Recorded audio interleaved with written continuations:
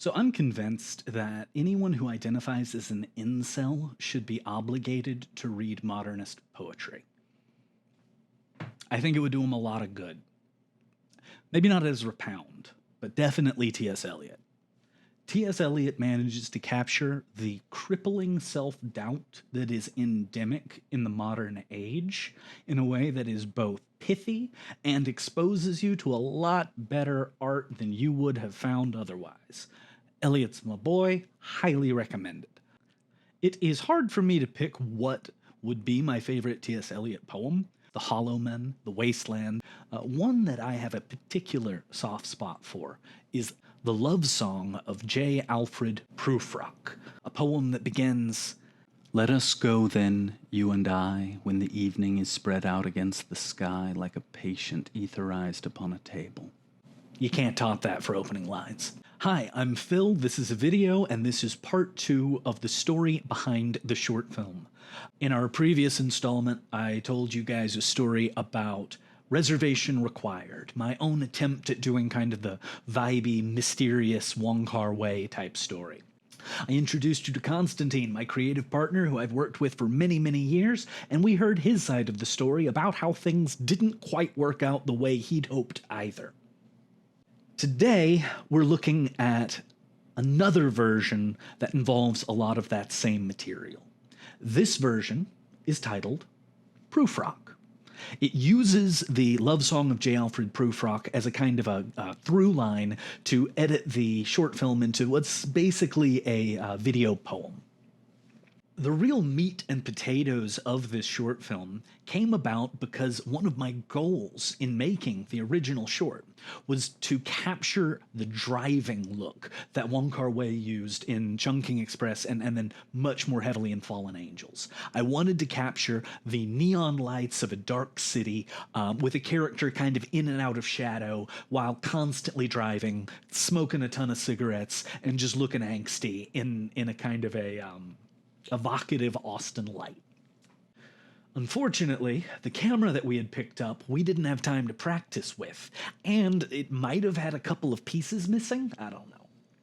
Regardless, the footage that was in the car was basically unusable. It was all tremendously underexposed, it was extremely out of focus, and the entire thing just didn't really fit together. At the same time, it was evocative as hell. It really did capture a feeling, especially whenever the camera was just like in the car, so it's just tilted and laying there and we forgot and left it on. That footage looked so cool. I just didn't know exactly what to do with it. Going back to poetry, I took the love song of J. Alfred Prufrock. I found a recording of T.S. Eliot himself reading it, which I thought surely would be in public domain. It wasn't. And then I took the kind of leftover car footage from Reservation Required. I then found some stock footage that I'd used for some other projects. And then I found extra footage from a music video that Constantine, me, Cheyenne, and Chris had filmed earlier on in that year. And this was footage for a music video for a J-pop band that didn't like the music video, and so we'd made it all on their money, and they wouldn't pay us, and it never got released. So I took that, and that's going to be the very, very, very saturated color footage. That's from the music video. So I took the shoots from the music video, material from Reservation Required, and this stock footage, and this public reading that T.S. Eliot did, and I tried to thread them all together into a piece about still continuing that theme of yearning, of longing, but this time with the context of crippling self-creative doubt, something that very well could be my recurring theme. That is Prufrock. I hope it's good. This might be the last of these videos, the story behind the short film, or at least the last one until I make another short film. But there might be one more for that music video. I might include that if Constantine is willing to put that out there. So stay tuned. If you like this kind of stuff, give it a like, hit the buttons, do the thing. I'm not making any money on this. I'm just in it for the dopamine rush. So please, hit the buttons, send it to people, and give me the happy chemicals. Or don't, I guess. Anyway, here's Prufrock.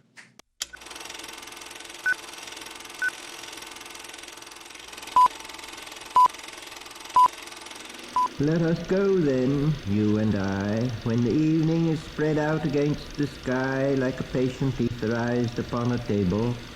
Let us go through certain half-deserted streets, the muttering retreats of restless nights in one-night cheap hotels and sawdust restaurants with oyster shells. Streets that follow like a tedious argument of insidious intent to lead you to an overwhelming question. Oh, do not ask, what is it? Let us go and make our visit. In the room the women come and go, talking of Michelangelo. The yellow fog that rubs its back upon the window panes. The yellow smoke that rubs its muzzle on the window panes. Licked its tongue into the corners of the evening.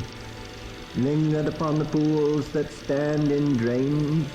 Let fall upon its back the soot that falls from chimneys. Slipped by the terrace, made a sudden leap, and seeing that it was a soft October night, curled once about the house and fell asleep. And indeed there will be time for the yellow smoke that slides along the street, rubbing its back upon the window panes. There will be time to prepare a face to meet the faces that you meet.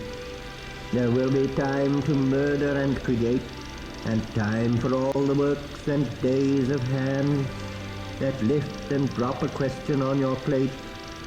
Time for you and time for me, and time yet for 100 indecisions, and for 100 visions and revisions, before the taking of a toast and tea. In the room the women come and go, talking of Michelangelo.